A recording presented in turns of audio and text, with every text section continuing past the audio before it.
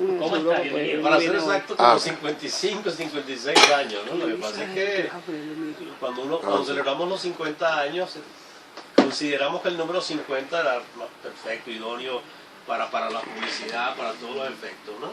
51, 52 es como medio dislocado. Pero en realidad, claro, yo empecé siendo un muchachito con la parte de la música, digamos que un joven, o sea, un teenager, un adolescente, quinceañero. ¿Todavía eres un pavo? Todavía soy un pavo, Claro, pero en esa época era un quinceañero. Y me conseguí con todos esos amigos que tenían las mismas inquietudes mías, de la música, del rock, de Elvis Presley, de todo eso, y nos fuimos interesando cada vez más, y así como la mayoría de mis compañeros siguieron sus estudios, y hoy en día muchos son médicos, ingenieros, graduados, etc.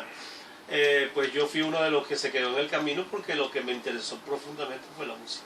Escuché algo de que tú te escapabas de tu casa, te ibas a Altamira, un local que había por ahí, a cantar. Claro, el Club de Twist es uno de los locales más emblemáticos que ha habido aquí en Caracas, ¿no? ¿Estamos hablando de qué año? Estamos hablando del Club de Twist 60, 61 por ahí, 59, acababa de caer Pérez Jiménez. Entonces ya empezaban a llegar ya empezaba a llegar el rock and roll, por supuesto. Acuérdate que Elvis realmente impacta la música en Estados Unidos sobre el año 57 más o menos, ¿no? Que es cuando nosotros empieza a llamarnos la atención su música, sus canciones, el rock and roll. Y bueno, por ahí empezamos a meternos todos. Y los primeros grupos que formamos, yo recuerdo que el primer grupo que formamos, que yo diría con un carácter más o menos serio, se llamó Los Demonios del Rock. Y era un grupo formado por Charlie Frometa, el hijo del maestro Villo. Estaban dos gringos, dos norteamericanos, uno llamado Hard Right, que era la primera guitarra. Yo la primera vez que vi en mi vida un guitarrista tocar realmente con un sentido del rock, tocando, punteando, como los buenos rockeros, fue ese gringo, del cual después se fue de Venezuela, porque ellos estaban aquí porque ellos es petrolera con la familia, y tuvimos la oportunidad de hacer el grupo, tuvimos la oportunidad de hacer televisión. Nosotros llegamos a hacer, cuando Venevisión pasó de ser Televisa a ser Venevisión, Veloz Mancera, que era el dueño el papá del Chile Veloz, okay. Ustedes conocen muy bien, uno de los grandes locutores de este país, le vendió la Televisa a Diego Cisneros, el papá de Gustavo, los actuales dueños de Venevisión. Y Reño Tolina, cosa que muy poca gente sabe, fue gerente de producción de ese canal durante muy poco tiempo, pero en ese tiempo logró hacer dos o tres programas que eran musicales y contrató muchos animadores. Ustedes saben perfectamente quién es Winston Vallenillo hoy en día. Claro. El tío de Winston, que murió hace muchísimos años, era el locutor estrella, el animador estrella de los programas de Venevisión, se llamaba Franklin Vallenillo. Okay. Y bueno, nosotros logramos hacer una semana de programas, un programa se llamaba Shows, que lo animaban toda esa pila de animadores de la época, el Efraín de la Cerda, Franklin Vallenilla, Luis Turmero, y Guillo le dio permiso a su hijo, a Charlie, para que lo hiciera, siempre que al final de esa semana se fuera para Puerto Rico a estudiar veterinaria. Y de hecho lo hizo, y de hecho es veterinario. Charlie es veterinario, pero no ejerce. Charlie tiene su orquesta, la orquesta de Charlie Frometa. La verdad es que cuando la música, ese virus de la música se te mete en el cuerpo, que no es que se te meta, realmente lo trae uno de nacimiento. ¿Ustedes en ese tiempo estaban enamorados musicalmente de Elvis Presley? Sí, esa fue la época de Elvis básicamente. ¿Y qué pasó cuando llegó los Beatles? Se murió Elvis. Aunque no todo, fíjate que por ejemplo Trino sigue siendo un admirador más de Elvis que de los Beatles, aunque le gustan los Beatles, por supuesto. Tengo muchos amigos, Gonzalo Ramos y una enorme cantidad de amigos que siguen siendo Elvis maníacos. La personalidad de Elvis los impactó de tal manera que no llegaron hasta los Beatles. En cambio nosotros sí, como básicamente éramos músicos y nos interesaba la evolución musical, en los Beatles encontramos una enorme evolución musical, un sonido completamente nuevo, distintísimo a todo lo que se venía haciendo, aunque Elvis era un tipo duro, lo que hacía Elvis era, y todavía lo oyes hoy en día, y te quedas boquiabierto de lo que llegaron a hacer en esa época. Canciones como El rock de la cárcel era un tema espectacular y muchos otros. Pero los Beatles llegaron con un sonido y un concepto y una propuesta completamente distinta. Y a nosotros nos impactó muchísimo, y no solamente a nosotros, al mundo entero. Desde que a raíz de los Beatles empezaron a hacer grupos en todos los países del mundo, empezaron a formar grupos con una formación parecidísima a lo de los Beatles, de guitarra, bajo, batería. Y yo recuerdo que cuando nosotros vivíamos en España, esto como anécdota, se hizo un cómputo, yo creo que fue en el año 68, por ahí, para ver cuántos grupos había solamente en España. Había más de 40.000 grupos. Así que saquen ustedes la cuenta de lo que debió haber en el mundo. Eso fue con los Impalas que estuviste en España. Sí, Stephen estaba ahí también. No, pero Henry no se vino con nosotros para España. Henry se quedó aquí en Venezuela y se fue un año después que había pegado Limón Limonero. Entonces ya nos reunimos todos allá. Pero allá siempre quedó él como el gran éxito de su Limón Limonero y de muchas otras canciones que pegó después. Bueno, hay que decirlo, gracias a Henry Stephen, Natalie contactó esta entrevista contigo, Rudy. Henry Stephen, amigo de la casa aquí de Radio Sintonía. Yo estuve aquí con su programa también. Sí. Gran amigo de nosotros. Qué bueno. Glorita, ¿y por qué no me pones otro tema de Rudy Márquez? La tarde está tan bonita que provoca escucharlo. Pero ese tema, yo nunca grabé ese tema, La tarde está tan bonita. Bueno, pero vamos a seguir escuchando. Pero oye, qué buen título para una canción, ¿no? Claro. La tarde está tan bonita. Deberías tenerlo en cuenta. Sí. Rudy, vamos a hacer algo. O A mí me tarde gustaría- bonita, algo así. La tarde está tan bonita, ese título me gustó. Como estamos grabando para las redes sociales, yo quiero hacer algo. Natalie dice que yo le enamoré cantando hace casi 20 años atrás, 19 años atrás. Ok. Bueno, ella dice eso, yo intentaba cantar, tocaba mi guitarra y cantaba algunas canciones, ya no me sale eso. Pero yo quisiera que tú le dedicaras una canción a Natalie, de mi parte obviamente, una de esas canciones bonitas tuyas, esas canciones que enamoran. Yo quiero regalársela a Natalie, pero que la cantes tú, la interpretes tú, un pedacito a capela, Ya, cualquier cosa. casi todos sabemos querer, pero pocos sabemos amar. Y es que amar y querer no es igual. Amar es sufrir, querer es gozar. Y la otra parte que decía, el que ama no puede pensar, todo lo da, todo lo da.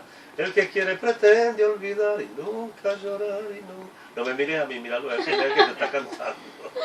No, pero es que imagínate con esa voz, ¿cómo no mirarte, Rudy? Y Imposible. es que Natalie está roja, hay que verla, está roja, emocionada. Yo creo que están enterados que mañana voy a cantar en el sótano Grill, ¿verdad? Ah, bueno, dilo. ¿A vamos qué decirlo. hora? ¿Lo sabían o no lo sabían? No lo sabíamos. Sí, mañana canto aquí mismo, está aquí atrás, Hicimos la dos fiesta cuadras de aquí. en el San Bill. No, aquí en el Bellocampo, Centro Comercial Bellocampo. Es lo que antes era el Sarao. ¿Ustedes se acuerdan de aquel famoso claro, Sarao? sí, Eso vale. se llama ahora Sótano Grill. Y mañana voy a dar un concierto romántico allá. Ya está todo vendido, ¿A qué hora? no hay mesas, no hay nada. Wow. Hay gente que se quedó con las ganas de ir, pero no se consigue mesa. No se ¿Y a consigue qué hora nada. empieza eso? Eso debe ser 7 de la noche, aunque yo empiezo a cantar como a las 8:30 más o menos. Ok, buenísimo. O sea, que nos podemos colgar ahí también. Claro, absolutamente. Entran por la puerta de los leones.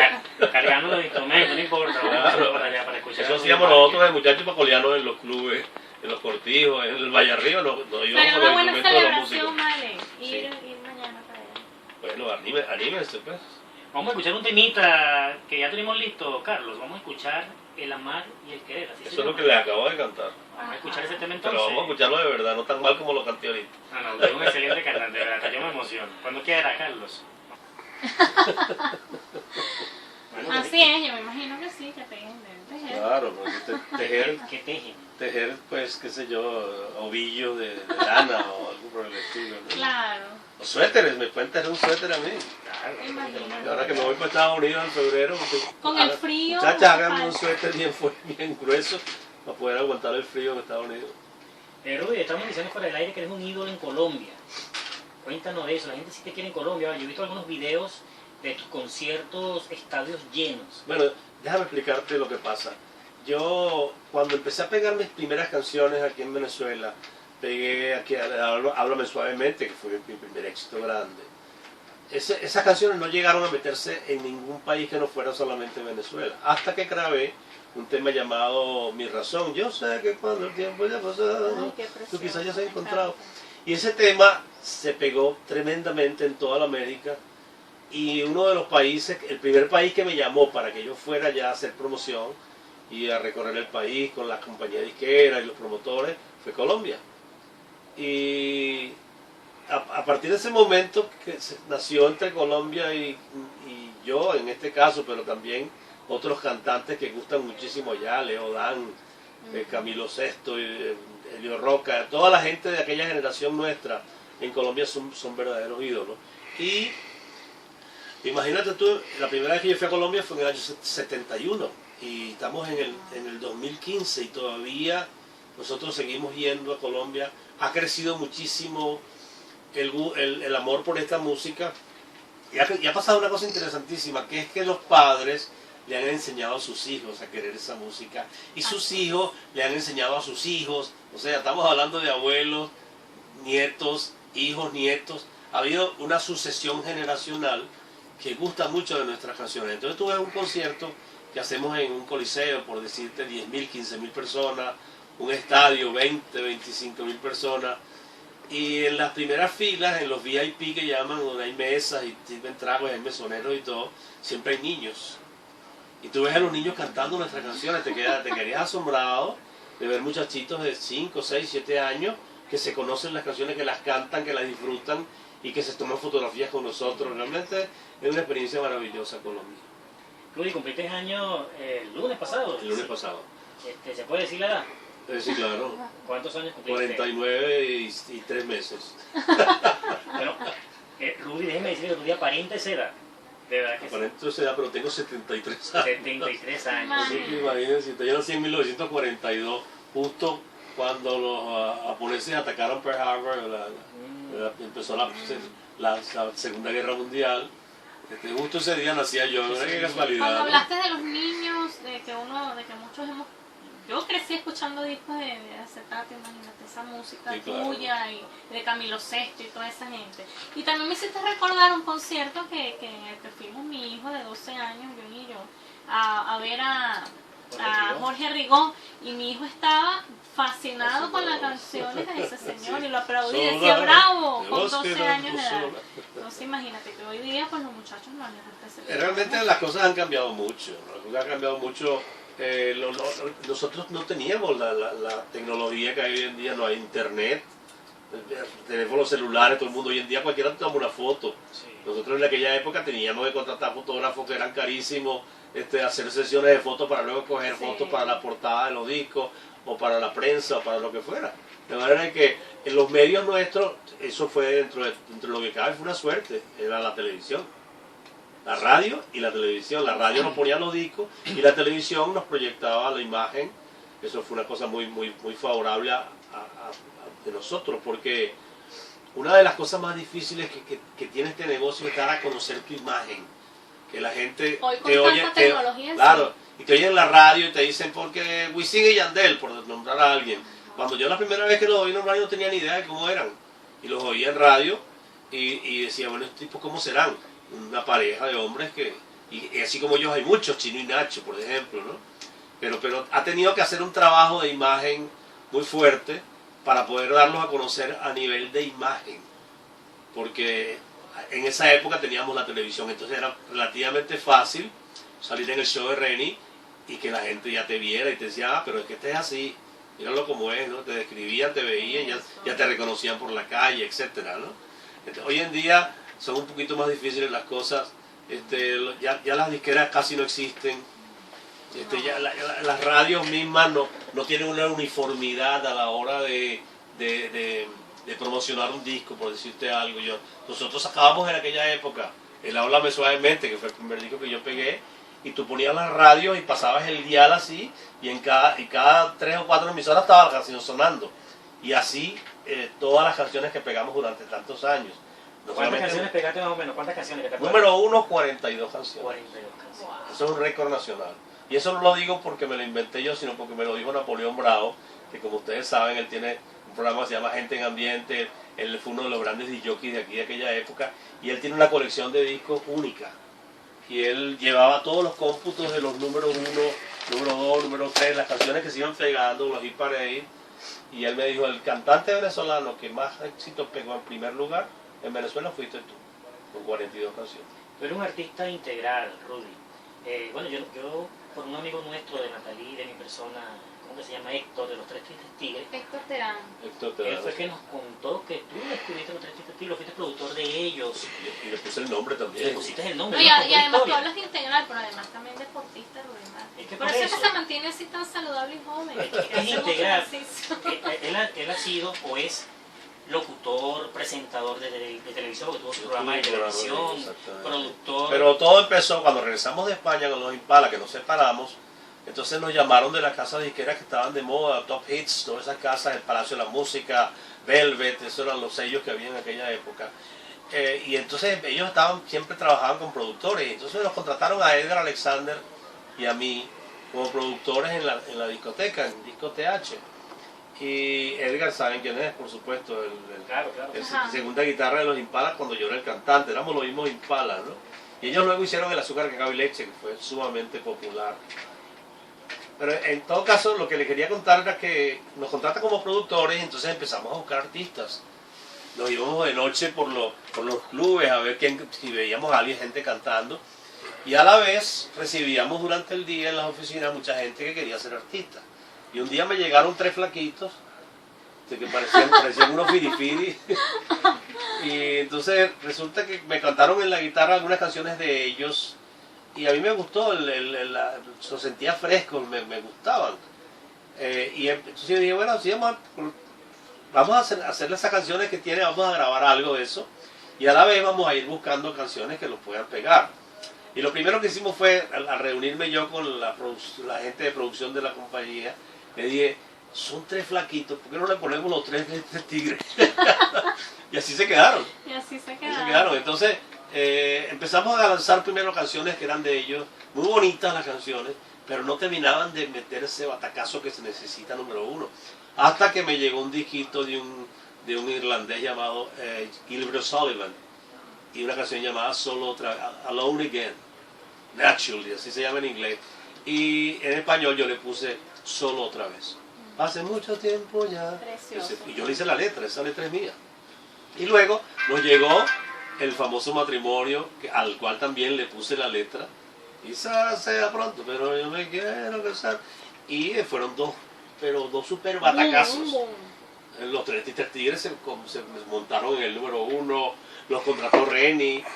De hecho, el programa de París, que fuimos a París con Nancy Ramos, Toco Gómez, en ese programa salen los Tres Tigres, pero ellos no fueron a París, a ellos se les grabó aquí en Venezuela. Wow. Sí, eso nos lo contó el mismo Douglas Héctor. Y Héctor.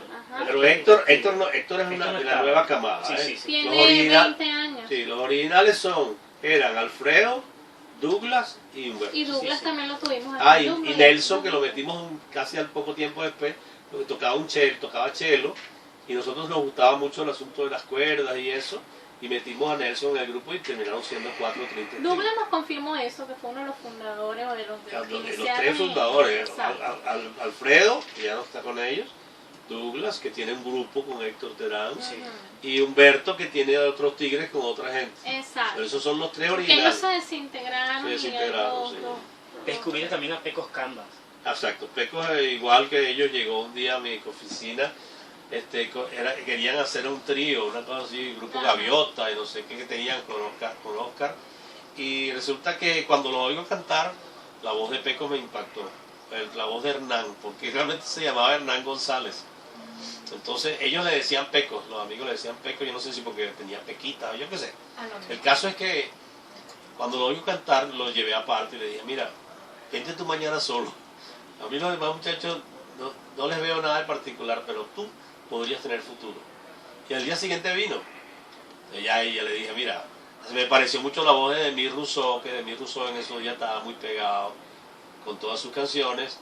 Y empezamos a grabar canciones de Demir Rousseau con Pecos, pero no terminaban de cuajar bien hasta que le grabé una canción que se llama Tu cariño se me va. Tu cariño se me va, se me va, como el agua entre los dedos. Y fue número 1. Y después le grabé, oh, cuánto te amo, a tu manera de... Y eso también fue número 1. Y ya por ahí Pecos empezó a funcionar. Ya se fue con otra compañía disquera, pero siguió pegando discos y siguió siendo una gran figura y pegó muy bien a nivel internacional, muy popular en República Dominicana, muy popular en Ecuador. Les ha dado ese empujoncito a estos grandes artistas. Sí, nosotros teníamos esa labor de empujar, yo fui productor de Mirla Castellano, de Nancy Ramos, de Areli, de Víctor Gámez, el de Jesucristo. Jesucristo. Esa canción la produjo Edgar. Y después Víctor me dijo, no, yo quiero seguir trabajando contigo. E hicimos Historia de Amor. Qué difícil es. No me acuerdo la letra. Pero produjimos muchos éxitos en aquellos años. Y también, bueno, la compañía se convirtió en una empresa muy fuerte.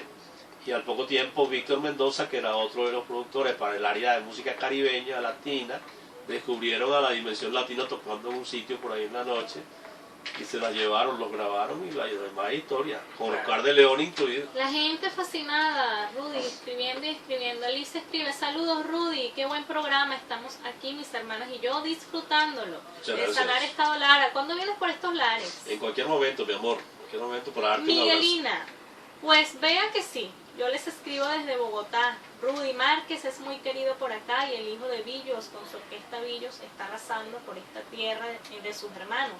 Pese a todo y contra todo. Somos vecinos, yo tengo nietos. Ay, se me corrió el mensaje. Dice, yo tengo nietos. Pero ya abuela ella entonces. Sí. Colombianos, un gran beso para nuestro artista enorme, Rudy Márquez. Escribe Elsie también. Gracias Natalie y John Kenny por este enorme regalo de entrevistar a Rudy, un magnífico cantante desde Cebucán.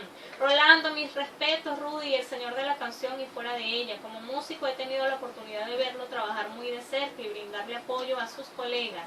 Y eso es un bello gremio de la farándula, mis respetos. Desde Katia. Omaira, desde la UD5, pegadísima escuchando tu programa de hoy, buenísimo. Besotes para Rudy, mi amor eterno, siempre lo admiraré. Gracias, mi amor. Tulio García, una de las cosas más bonitas es que el señor Rudy y todos sus colegas hablan bien y casi todos tienen anécdotas de que fue Rudy quien los impulsó o los asesoró, los ayudó a organizarse. Felicitaciones, muchachones. Se las comieron con esta entrevista tan sabrosa desde la avenida San Martín. Carla Linares, buenas tardes de San Cristóbal. ¿Podría usted preguntarle si piensa venir para San Cristóbal o a algún lugar del Táchira este mes de diciembre? Me encantaría. ¿Y qué mes de diciembre? No, este mes de diciembre no lo creo. Pero cuenta con que el año que viene seguro en algún momento vamos a ir a cantar. Dice que sería un bello regalo para sus papis que son unos fans número 1. Para mí será un honor cantar para ellos. Leslie desde Naiguatá, un besote, pero así de grande para Rudy, otro para ustedes, dos, por este regalote pre-navideño. Gracias, qué sabrosas anécdotas. Feliz Navidad para todos. Mira Rudy, presumiendo, bueno, ya sabemos que Elvis fue inspiración, después los Beatles, fundaste la agrupación Los Demonios del Rock, que nunca entendí por qué ese nombre, Los Demonios.